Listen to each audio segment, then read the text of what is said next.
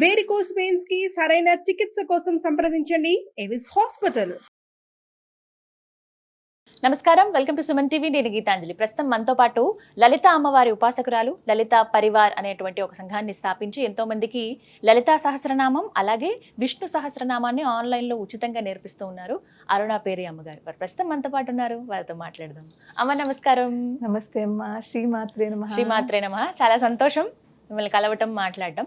అమ్మ, చాలా మందికి ఏమన్నా అనారోగ్య సమస్యలు వచ్చినా లేకపోతే వాళ్ళ ఇంట్లో ఏమన్నా ఇబ్బందులున్నా అనుకోని పరిస్థితులు ఎదురైనా లలిత ఉపాసన చేసిన లలిత అమ్మవారి ఆ సహస్రనామాలు చదివినా ఖచ్చితంగా ఆవిడ ఒక మార్గం చూపిస్తుంది అని నేను విన్నాను. ఇది ఎలా సాధ్యం? ఏ రకంగా ఎలా చదవాలి? అమ్మవారిని ఎలా కీర్తించాలి? ఎందుకంటే 1000 నామాలు ఉంటాయి. అన్ని నామాలు చదవాలా లేకుంటే కొన్ని మాత్రం పఠిస్తే చాలా? ప్రత్యేకించి అనారోగ్యంతో ఉన్న వాళ్ళకి వివరించండి. తప్పకుండానమ్మా, చాలా మంచి ప్రశ్న వేశారు. ఈ రోజుల్లో చాలా అవసరము. ఈ రోజుల్లో చిన్న పిల్లలప్పటి నుంచి కూడా చాలా హెల్త్ ఇష్యూస్, పుట్టిన పిల్లలకు కూడా ఎన్ని హెల్త్ ఇష్యూస్ వస్తున్నాయో. సో మనకు లలితా శాస్త్రం ప్రతి దానికి కూడా రెమెడీ అమ్మా. మన లైఫ్లో ఏ ప్రాబ్లమ్స్ అయితే మనం ఫేస్ చేస్తున్నామో ఏదైనా అన్నింటికీ కూడా లలితా శాస్త్రంలో అనేక శ్లోకాలు ఉన్నాయి. అది నిజంగా ఒక రెమెడీ. మనం భక్తి శ్రద్ధతో నమ్మకంతో కనుక పాటిస్తే దేన్నైనా కూడా తీస్తుంది, మనలో ఆ చేంజెస్ కనిపిస్తాయి. అంత గొప్పది లలితా శాస్త్రము, అంత విశిష్టత ఉంది. మీరు అడిగారు హెల్త్ ఇష్యూస్ గురించి. అనారోగ్యం ఉన్నప్పుడు ఎటువంటి నామాలు అమ్మవారిని మేము చదువుకోవాలి, పఠించాలి, వివరించండి. లలితా శాస్త్రంలోనమ్మా సర్వ వ్యాధి ప్రశమని సర్వ మృత్యు నివారిణి అని ఒక నామం ఉంది. ఇది 112వ శ్లోకంలో సెకండ్ లైన్ ఉంటుంది చూడండి. 112వ 112లో సర్వ వ్యాధి ప్రశమని సర్వ మృత్యు నివారిణి. ఇది చాలా అద్భుతమైన మంత్రం అమ్మా. ఇది నామము, అదే కనుక మనం మంత్రంగా తీసుకుంటే ఇది ఒక మంత్రము. దీనికి లాస్ట్ లో యై నమః ఒక్కటి యాడ్ చేయాలి. సర్వ మృత్యు నివారిణి యై నమః. సర్వ వ్యాధి ప్రశమని సర్వ మృత్యు నివారిణి యై నమః. ఇది ఎంత అద్భుతమైన మంత్రం అంటేనమ్మా, ఇక్కడ దీని మీనింగ్ తెలుసుకుందాం. సర్వ వ్యాధి ప్రశమని, అన్ని సర్వము అంటే ఏదైనా, అన్ని బాధలు, వ్యాధి అంటే రోగములు, ప్రశమని అంటే ప్రశమింపజేస్తుంది అంటే తీసేస్తుంది, సర్వ మృత్యు నివారిణి. మృత్యు అంటే ఇక్కడ భయం అని అర్థం. ప్రతి మనిషి హెల్త్ ఇష్యూస్ ఉన్న వాళ్ళు భయం ఎక్కువ పడతారు. ఏమవుతుందో ఏంటవుతుందో అని. పాపం ఒకటే డబ్బులు ప్రాబ్లము వల్ల కూడా భయము, అలాగే తగ్గుతుందో తగ్గదో, పిల్లలు ఉన్నారు, పెద్దవాళ్ళు ఏం చేయాలి, ఎలా ఉంటారు, దీంతో ఈ భయంతో వాళ్ళ రోగం ఇంకా పెంచుకుంటున్నారు. కానీ ఆ భయం కూడా సహజం. పాపం భయమే సగం మనిషిని చంపేస్తోంది. సో మనకున్న ప్రాబ్లం ఎంత అయితే ఈ భయము ఆ ప్రాబ్లం అంత పెద్ద చేస్తుంది. సో ఆ భయాన్ని తీసేస్తుంది. సర్వ మృత్యు నివారిణి. నివారిణి అంటే తీసేస్తుంది. ఎప్పుడైతే మనం అమ్మవారిని భక్తి శ్రద్ధతో నమ్మకంతో మనం ఈ నామం కనుక చదివితే మనలో ఉన్న భయాన్ని తీసేస్తుంది, మన రోగాలని పూర్తి నివారణ చేస్తుంది. అంత గొప్ప మంత్రము, నామము ఈ లలితా శాస్త్రంలో ఉంది. కానీ ఇక్కడ ఏంటంటే రోగములు, హెల్త్ ఇష్యూస్. ఆ హెల్త్ ఇష్యూస్ రావడానికి కూడా చాలా కారణాలు ఉంటాయమ్మా. ఒకటి నార్మల్గా మన హెల్త్, మన లైఫ్ స్టైల్. మ్యాక్సిమం రోగాలు కూడా లైఫ్ స్టైల్ చేంజ్ మూలంగానే వస్తున్నాయమ్మా. యంగ్గా చక్కగా ఉన్న వాళ్ళందరూ కూడా చాలా హెల్త్ ఇష్యూస్తో బాధపడుతున్నారు. ఎందుకంటే వాళ్ళ లైఫ్ స్టైల్ సరిగ్గా ఉండదు, ఏదో ఒక ప్రాబ్లం ఉంటుంది. అవును, ఏదో ఒక ప్రాబ్లం ఉంటుంది. రోగాలకి ఇంకొక మెయిన్ కారణం స్ట్రెస్. ఈ స్ట్రెస్ ఎక్కువ ఎవరికైతే ఉంటుందో వాళ్ళు బాడీలో నెగిటివిటీ వెళ్తుంది కదమ్మా. రోగాలు ఎప్పుడు వస్తాయి? మన లోపల ఇమ్యూనిటీ సరిగ్గా లేకుండా, అది మన పల్స్ అవన్నీ యాక్టివేట్ సరిగ్గా లేకపోతే కదా ఎక్కడో నొప్పులనో ప్రాబ్లంలనో రోగాలనో లేకపోతే జ్వరమనో ఇవన్నీ వస్తున్నాయంటే లోపల ఏదో మనకి ప్రాబ్లంగా ఉంది, అంటే సరిగ్గా పనిచేయట్లేదు, దాని గురించి వస్తున్నాయి. సో ఈ రాకుండా ఉండడానికి మనం కొంచెం కొత్త హెల్త్ బాగుండాలి అంటే భోజనం అది సరిగ్గా ఉండాలి. సాత్విక భోజనం చేస్తే చాలా మంచిది. తర్వాత మనము టైం టు టైం భోజనం కూడా టైం టు టైం చేసిన వాళ్ళకి కాస్త హెల్త్ బాగుంటుంది. ప్లస్ మన ఆలోచనలు, మనం బుర్రను పాడు చేసుకుంటాం కదమ్మా. చాలా మంది హెడేక్తో, ఎంతమంది సివియర్ హెడేక్తో బాధపడుతున్నారు. ఎవరిని చూసినా కూడా వాళ్ళు అంటారు మాకు ఎలాంటి ఆలోచనలు మనం ఆపుకోలేకుండా ఉంటాము. స్ట్రెస్ అంతా ఇక్కడ పెట్టుకున్నారమ్మా. పెట్టుకుని అదే అదే అదే అదే ఆలోచిస్తుంటే ఇప్పుడు చూడండి, నెగిటివ్ పాజిటివ్, అది మన ఎనర్జీ అనుకోండి. నెగిటివ్ ఎనర్జీ పాజిటివ్ రెండు ఉన్నాయి కదా. నెగిటివ్ ఎనర్జీలో అందరూ 90% అందరూ నెగిటివ్ ఎనర్జీలో ఉంటున్నాము. ఆ నెగిటివ్ ఎనర్జీ మనం దాన్ని పెంచుకుంటున్నాము. ఎంత ఉంటుంది అది ఉంటూ దాన్ని ఆలోచిస్తూ పెంచుకుంటున్నాము. మన చేతుల్లోనే ఉంది, అసలు మన చేతుల్లోనే ఉంది, కానీ ఎక్కువ ఆలోచించేసి పాడు చేసుకుంటున్నాము. సో అలాగే పాజిటివ్, ఇప్పుడు ఈ పాజిటివ్ ఎనర్జీ అంటే ఒకవేళ మనకి ప్రాబ్లం ఉంది, బాధ ఉంది, కష్టం ఉంది, దానిని మనం పాజిటివ్గా ఇవాళ వచ్చింది కదా ఈ కష్టము, దాన్ని ప్రయత్నం చేద్దాము, దాని నుంచి మనం ఎలా బయటపడదామా, ఆ బాధ ఎలా తీరుతుందా. బాధ ఉంది కానీ బాధ ఎందుకు ఇలా అనుకుంటే అది ఎక్కువ అవుతుంది మీకు. ఏం పర్వాలేదు, ఈ బాధ ఇవాళ ఉంది కదా, దాన్ని మనం ఎలాగ బయటకు పడదామా దాని నుంచి అని ఆలోచన పాజిటివ్గా ఆలోచించండి. ఆ బాధను మర్చిపోయేలాగా మీరు కాస్త ఏదో ఒకటి స్పిరిచువల్లో శ్లోకం కానీ మంత్రం కానీ, లేకపోతే మంచి మీకు హ్యాపీనెస్ ఇచ్చేది. కొంతమందికి డ్యాన్స్ అంటే ఇష్టం ఉంటుంది, కొంతమందికి పాటలు అంటే, సంగీతం అంటే ఇష్టము. మీ స్ట్రెస్ని రిలీఫ్ చేసుకోవాలి అంటే ఒకటి స్పిరిచువల్గా ఉండండి. ఒకవేళ అందులో కుదరదు అంటే కొంచెం పాటలు, సంగీతము, లేకపోతే డ్యాన్సు, దీంతో కూడా మీరు స్ట్రెస్ రిలీఫ్ ఉంటారు. ఈ బాధలు ఉన్నప్పుడు కూడా, హెల్త్ ఇష్యూస్ ఉన్నప్పుడు కూడా వాళ్ళు ఆ హెల్త్ను ఎక్కువ పట్టుకోకుండా, ఏ బాధ ఉందో దాన్ని తలుచుకోకండి. వచ్చింది ఉంటుంది, దాన్ని తలుచుకుంటే మీ బాధ ఎక్కువ అవుతుంది. దాన్నే తలుచుకుంటుంటే మీరు డౌన్కి వెళుతున్నారు. దాన్ని తలుచుకోకుండా మీరు యాక్టివ్గా ఉండండి, ఎంగేజ్గా ఉండండి. మనని మనం ఎంగేజ్గా ఉంచుకోవాలి మంచి పనులతోటి. ఆ ఎంగేజ్గా ఉంటే మీ బాధను మర్చిపోతారు. ఒక విషయం చెప్పనా ఇక్కడ మీకు. ఇప్పుడు మనకి ఒక 2 days ముందు చాలా పెద్ద యాక్సిడెంట్ అయ్యి ఒక పెద్ద కొంచెం దెబ్బ తగిలింది చేతి మీదో కాలు మీదో. ఆ 2 రోజులు చాలా బాధపడిపోతున్నా, అయ్యో ఇంత పెద్ద దెబ్బ అని. ఇంకో 2 రోజుల తర్వాత మళ్ళీ పెద్ద యాక్సిడెంట్ అయ్యి ఇంకోటి ఏదో పెద్ద దెబ్బ తగిలింది. ఈ బాధను మర్చిపోతాం. దానికన్నా ఇది ఎక్కువ ఉంది అని అంటున్నాను. ఇది మర్చిపోతాము, దాన్ని పట్టుకుంటాము. అలాగే మనం కూడా మనకి ఏ బాధలైతే ఉందో దాన్ని మనం మర్చిపోవడానికి ప్రయత్నం చేయాలి. ఉంది అని అనుకోకూడదు, ఉన్నా కూడా లేదని అనుకోవాలి. నిన్ననే నేను ఎక్కడైతే ఉన్నానో మీరు చెప్తే చాలా ఆశ్చర్యపోతారు. Live example. ఇక్కడ హైదరాబాద్లోనే ఉంటూ ట్రీట్మెంట్ జరుగుతోంది. ఆ పేరు అది చెప్పను నేను. ఆస్ట్రేలియాలో ఉంటారు వాళ్ళు. ఆస్ట్రేలియాలో ఉంటారు. అమ్మాయి చాలా 40 years అమ్మాయి. క్యాన్సర్, చాలా అంటే లాస్ట్ స్టేజ్ క్యాన్సర్ అమ్మాయి. అక్కడ డాక్టర్స్ గివప్ ఇచ్చారు, ఇంకా మీకు ఏం అవ్వదని చెప్పారు. ఇంకా అలా చెప్పిన తర్వాత వాళ్ళు ఇక్కడికి వచ్చారు, హైదరాబాదు. ఇక్కడికి వచ్చి ట్రీట్మెంట్ స్టార్ట్ చేశారు. ఎవరి ద్వారానో వాళ్ళకి తెలిసింది, ఇలా లలితా పరివార్ వాళ్ళు లలితా శాస్త్రం అది నేర్పుతున్నారు, బాగుంటుంది, చాలా బాగుంటుంది, మీకు మైండ్ ఫ్రెష్గా ఉంటుంది, మీరు జాయిన్ అవ్వండి అని. తను ఎలాగో అలా పట్టుకుని జాయిన్ అయింది. క్లాసెస్ నావన్నీ వింటుంటే నేను ఒక దాంట్లో ఇలాగ మీనింగ్ చెప్తున్నాను కదా, చాలా మనసుకి అట్టుకుంది అనమాట. అమ్మాయి ఎంత బాగా చెప్తున్నారో అని తన బాధను మర్చిపోయి ఈ దీంట్లోకి వచ్చింది. అంటే ఇది ఆలోచించడం మొదలుపెట్టింది. చూడండి, అంత బాధలో ఉంది, ఆ స్టేజ్లో ఉంది, తన బాధను మర్చిపోయి దీన్ని ఎంత ఆనందం వస్తుంది కదమ్మా. ఒక పక్కన బాధ ఉన్నా దాన్ని డౌన్ చేస్తోంది ఈ సంతోషం. అప్పుడు తనకి అర్థమైందిట, తన ఇంట్లో ఇప్పుడు అమ్మాయి ధైర్యంగా ఉంది. ఎవరి ద్వారానో తెలిసింది నేను హైదరాబాద్ వస్తున్నానని. అంత అంటే తను ఏంటంటారు దాన్ని, ఇవి చేయించుకుంటోంది, థెరపీ ఉంటుంది కదా, రేడియేషన్ థెరపీ జరుగుతుంది. నిన్ననే తనకు థెరపీ ఉండాలి. థెరపీ అంటే చాలా బాధ ఉంటుంది, కిమో అంటారు కదా, కిమో ఇస్తున్నారు. ఆ చేయించుకున్నప్పుడు ఎంత బాధ ఉంటుందో. కానీ తనకి ఒక ఇదనమాట, ఎలాగైనా అమ్మ వచ్చారు, నేను వెళ్ళాలని.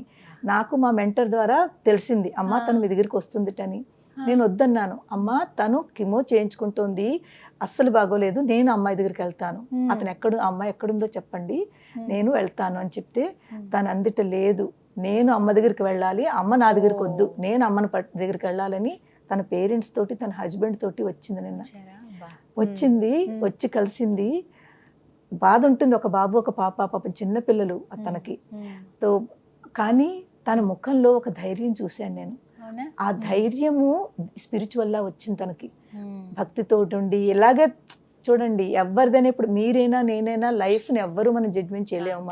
మన లైఫ్ ఇంత ఉంది అని ఎవరు చెప్పగలరా? అసలు అది మన సాధ్యం కాదు, అది మన వల్ల కాదు.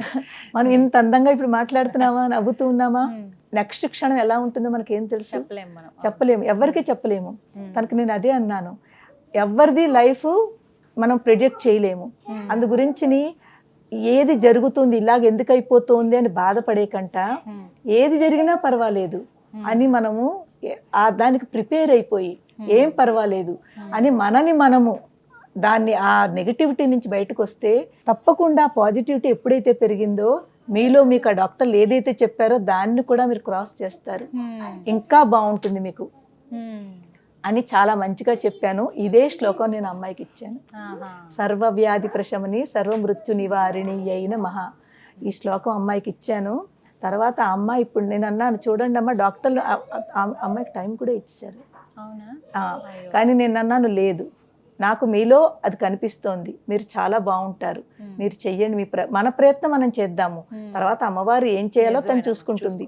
కానీ మనం బాధపడుతూ ఇంకా ఒకవేళ సపోజ్ 1 year ఇచ్చారనుకోండి, 6 months ఇచ్చారనుకోండి, ఆ 6 months బాధపడుతూ ఉండే కంట పాజిటివ్గా నవ్వుతూ అబ్బా ఇంకా నా దగ్గర 6 నెలలు ఉంది, మనం ఎందుకు అలా తీసుకోమమ్మా? భయపడతాం కదా, భయమే కదా మెయిన్. ఇంకా నా దగ్గర ఇంకా 6 నెలలు ఉంది అలా అనుకోండి. అయ్యో ఓన్లీ 6 నెలలేనా అనుకునే బదులు 6 నెలలు ఉంది. మన పరీక్షిత్ మహారాజుని గుర్తు చేసుకోండి. మా పరీక్షితుల వారి దగ్గర 7 రోజులే ఉండాలి. ఆ 7 రోజులు పాజిటివ్ గా తీసుకుని భాగవతం అంతా విన్నారు, విని మోక్షానికి వెళ్ళారా లేదా? 7 రోజులు నా దగ్గర ఉందనుకున్నారా లేదా? ఓన్లీ అయ్యే నా దగ్గర 7 రోజులే ఉందని ఏడవలేదు కదా. ఎంత ధైర్యంగా ఉన్నారు అతను. అలాగా మనం కూడా నెగిటివ్ గా ఆలోచించకుండా ఆ బ్యాడ్ పర్సనల్ పాజిటివ్ లోకి తీసుకోండి, అప్పుడు మీ లైఫ్ ఇంకా బాగుంటుంది, ఆనందంగా ఉండగలుగుతారు. సో ప్రతి వాళ్ళకి ఈవెన్ ఈ శ్లోకం అమ్మ పాపం చిన్నపిల్లలు ఉంటారు, వాళ్ళు పలకలేరు కదా. అయితే ఈ శ్లోకం ఎన్నిసార్లు పఠించాలి, సమయము ఇవి కూడా చెప్పండి. చాలా మంచిది. ఇప్పుడు ఈ సమయము పఠించడము మనకు ఒక మినిమం కూడా పెట్టుకోవచ్చును. అందరి దగ్గర టైం లేని వాళ్ళకి మినిమం 11 times మీరు ఈ శ్లోకం చదువుకుని ప్రతిరోజు చదువుకోవాలి. అదే కనుక చిన్న పిల్లలు చాలా పెద్దవాళ్ళు ఇది పఠించలేరు అనుకోండి, వాళ్ళ పక్కన కూర్చోండి. పక్కన కూర్చుని మనం చదువుతున్నది ఈ వైబ్రేషన్స్ వాళ్ళకి టచ్ అవ్వాలి, వాళ్ళ వినేలాగా, వాళ్ళ చెవుల్లో పడేలాగా. ఒకవేళ ఏ పోర్షన్ అంటే వాళ్ళకి చేతులు ప్రాబ్లమా, కాళ్ళు ప్రాబ్లమా, లేకపోతే ఇలాంటి ప్రాబ్లం ఉన్న వాళ్ళకి వాళ్ళ దగ్గర వెళ్ళి వాళ్ళు టచ్ చేయండి. ఈ మంత్రం చదువుతూ టచ్ చేయండి, వాళ్ళు ఆ పార్ట్ని టచ్ చేయండి. టచ్ చేస్తే ఈ వైబ్రేషన్స్ ఆ పార్ట్కి వెళ్ళి అది యాక్టివేట్ అవుతుంది. మంత్రానికి చాలా శక్తి ఉందమ్మా, కానీ ఈ జనరేషన్లో పిల్లలు వాళ్ళు కొంతమంది నమ్మరు. మంత్రానికి ఎంత శక్తి ఉందంటే అంత శక్తి ఉంది. మన పూర్వంలో ఋషులు మంత్రాలతోటే కదమ్మా ఎన్ని చేసేవారు. వాళ్ళు మంత్రాలకి నిజంగా యజ్ఞాలు చేసే మంత్రాలు చేస్తే కదా పూర్తి మన జరిగేటప్పుడు. ఆ మంత్రాలు ఒక మంత్రం అని తీసుకోవాలి, ఆ మంత్రంలో ఇంత శక్తి ఉందని నమ్మాలి, నమ్మిన తర్వాత చెయ్యాలి. 1 రోజు 2 రోజులు చేసినాక ఏం అవ్వట్లేదంటే అవదమ్మా మీకు. కొన్నాళ్ళు మీరు ఇది అలా చేస్తూ చేస్తూ చేస్తూ ఉంటే మీలో ముందు అందరికంటే ముందు ఆలోచన మారుతుంది. మనకి ఏం కావాలి చెప్పండి, మన ఆలోచన మార్చుకోవాలి. ఇప్పుడు మనం బాధలో ఉండి నెగిటివ్ ఆలోచిస్తున్నాము, ఆ నెగిటివ్ ఆలోచన నుంచి పాజిటివ్కి వస్తారు, మీలో ధైర్యం వస్తుంది. భయం పోయిందంటే ధైర్యం వస్తుంది కదమ్మా, భయాపహ అంటాము. అలాగే సర్వ మృత్యు నివారిణి, మృత్యు అంటే భయము, ఈ మృత్యువుని అమ్మవారు తీసేస్తుంది, ఆ భయాన్ని తీసేస్తుంది, తీసేసి మనకు ధైర్యం ఇస్తుంది. ఎప్పుడైతే మనలో ధైర్యం వచ్చిందో ఆటోమేటిక్గా మనం రోగం గురించి పూర్తి మర్చిపోతాం. అవునమ్మా, అది మాత్రం నిజం. ఏ రోగము మనకు అనిపించదు, ఉన్నా తట్టుకునే శక్తి వస్తుంది. చిన్నదే కదా అని అనిపిస్తుంది. తట్టుకునే శక్తి ఎప్పుడైతే వచ్చిందో మన లైఫ్ కూడా ఇంకా బాగుంటుందమ్మా. నేను ఎంతో మందికి ఇదే సేమ్ కేసు మా రాయ్పూర్లో ఒక అమ్మాయి చేత చేయించాను. తనకు కూడా సేమ్ ఇదే కీమో ఇచ్చారు, తనకు కూడా లాస్ట్ స్టేజ్ అన్నారు. ఆ అమ్మాయి చిన్నమ్మాయి. ఎప్పుడైతే నన్ను పట్టుకుని లలితాశాస్త్రం పట్టుకుని ఈ నామం చదివిందో డాక్టర్లు ఏదైతే వాళ్ళకి గివప్ ఇచ్చారో ఇంకా అవ్వదు అని, ఆ అమ్మాయి ఇప్పుడు ఎంత బాగుందంటే, ఏదైతే వాళ్ళు లైఫ్ ఇంకా ఉండదు అని ఎలా అయితే చెప్పారో ఇప్పుడు ఆ అమ్మాయి ఎంత హ్యాపీగా ఉందంటే, అంటే మీరు నేను ఎలా ఉన్నామో అలా ఉంది అమ్మ. అది నిజంగా అమ్మవారిదేనమ్మా. ఆ అమ్మాయి ఇలాగ మీరు నేను ఇప్పుడు ఎలా ఉన్నామో జాబ్ చేసుకుంటోంది, తనకు కూడా 2 పిల్లలు, ఎంత హ్యాపీగా ఉందో. కానీ నమ్ముతుంది అనమాట, నమ్మకం పెట్టుకోవాలి. అందరికంటే మనలో ఉన్నది నమ్మకం తక్కువ. ఏమిటి ఒక్క నామం చదివితే ఏమిటి వస్తుంది అంటారు, ఒక నామం చదివితే అయిపోతుందా అంటారు. కానీ ఆ నామాన్ని మీరు భక్తితో చదివి నమ్మకం పెట్టుకుంటే తప్పకుండా అవుతుంది. రోజుకి 11 సార్లు, రోజుకి మినిమం 11 సార్లు. దానికంటే మీ దగ్గర ఎక్కువ టైం ఉంది అనుకోండి, ఇంకా ఎక్కువ సార్లు చదవండి. కానీ 11 సార్లు ఈ నామం చదువుకుని మీరు మీ అంతటి మీరు మనసులో దాన్ని అలవాటైపోతే ఇంకా ఆ నామం అలా వెళ్ళిపోతూ ఉంటుంది. ఎప్పుడైతే అది వెళ్ళిపోతూ ఉంటుందో ఆ నామం మిమ్మల్ని ప్రొటెక్ట్ చేస్తుంది, మీకు ధైర్యాన్ని తీసుకొస్తుంది, మీ యొక్క ప్రాబ్లమ్స్ ని సాల్వ్ చేస్తున్న అమ్మవారు. అంత శక్తివంతమైన నామం అమ్మ ఇది. సంతోషం అమ్మ, నాకు కూడా అవసరమే, ప్రతి ఒక్కరికి అవసరమే, ప్రతి ఒక్కరికి అవసరమే. ఏ నమః అనేది చివరగా మనం జోడించుకోవాలి. అంటే అమ్మవారిని ఏ నమః అంటే ప్రార్థిస్తున్నాము.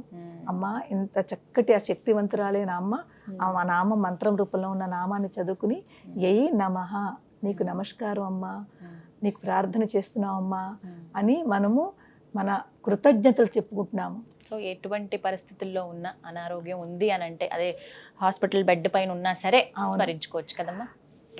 కరోనా టైంలో ఒక పేషెంట్ కోమాలోకి వెళ్ళిపోయింది.